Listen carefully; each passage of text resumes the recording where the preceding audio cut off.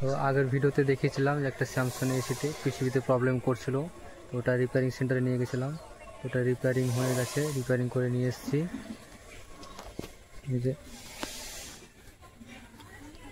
এটা ইনডোর পিসিবিতে সমস্যা হচ্ছিলো, এটাকে রিপেয়ার করে নিয়ে এসেছি। আউটডোর পিসিবি ঠিকই ছিল, তবুও নিয়ে গেছিলাম যদি কোনো প্রবলেম থাকে বাই চান্স, তার জন্য। কভারটা খুলে নিয়েছি, এখন পিসিবিটা সেট করা হবে।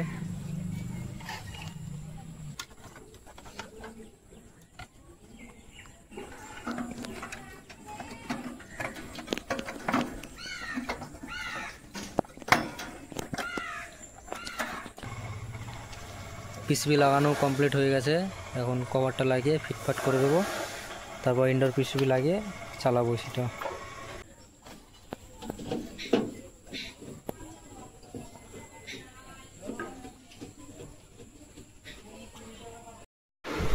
মানে আউটডোর পিসিবি লাগানো হয়ে গেছে, এখন ইনডোর পিসিবিটা লাগানো হচ্ছে। তো এই হচ্ছে এসি।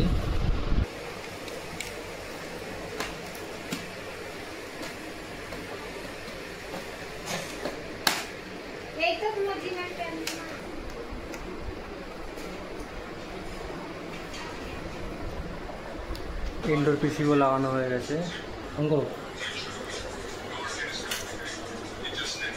লাইন দিয়ে দিয়েছি।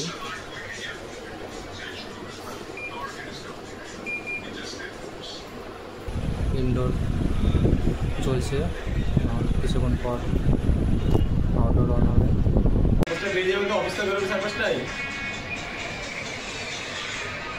তো এখন আউটডোর অন হয়ে গেছে, আস্তে আস্তে অ্যাম্পিয়ারও নিচ্ছে এবং ঠান্ডা হতেও শুরু করে দিয়েছে।